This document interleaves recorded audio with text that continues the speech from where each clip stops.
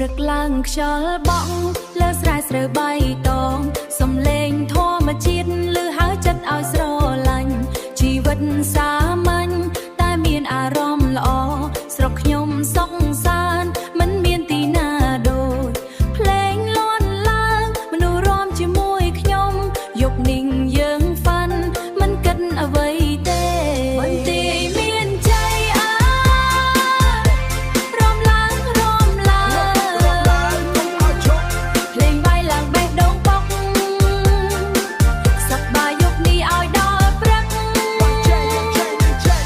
បន្ទាយមានใจស្នេហ៍ស្រុកខ្មែរមិនអាចបំបត្តិប្រាសាទបន្ទាយឆ្មាឈរយូរឆ្នាំប្រាសាទបន្ទាយឆ្មាឈរយូរឆ្នាំបែបបុរាណប៉ុន្តែវាយទាន់សម័យថ្ងៃធម្មតាស្ងប់ស្ងាត់ស្រួលចិត្ត